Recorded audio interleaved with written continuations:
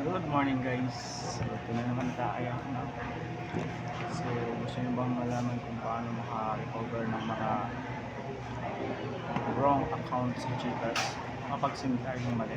So, Enjoyin lang ang kahirapan, huwag kang panghinaan.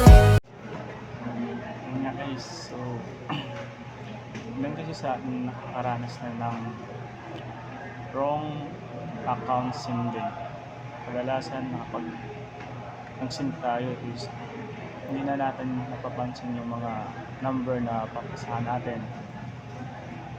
Eliminatean si naging wrong number sa pinadala natin is last number. Okay? So, ituturo ko sa inyo kung paano ma-recover o ma-refund yung mga pera na napadala nyo sa maling tao, sa maling account o maling number na pinapadala nyo, at nagwo-worry kagad kayo kung paano nyo ma-receive, paano nyo makuha. Kasi siyempre ang unang nangyari, papanik ka, hindi mo makuha kasi nga hindi mo na alam kung sino pupunta mo. So, ganito yan.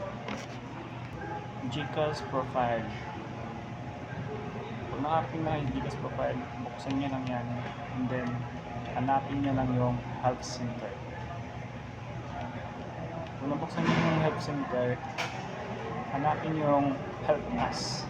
So doon guys, makikita nyo na kung anong mga requirements na dapat nyo i-submit at kailangan nila.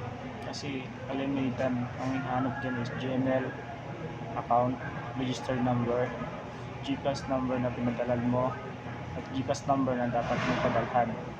So yung wrong at saka yung original na papadala mo, yun ang kailangan doon. So submit nyo rin yung screenshot na pinadala nyo o yung amount na kailangan nyo rin. So after 7 days magre-reply sila.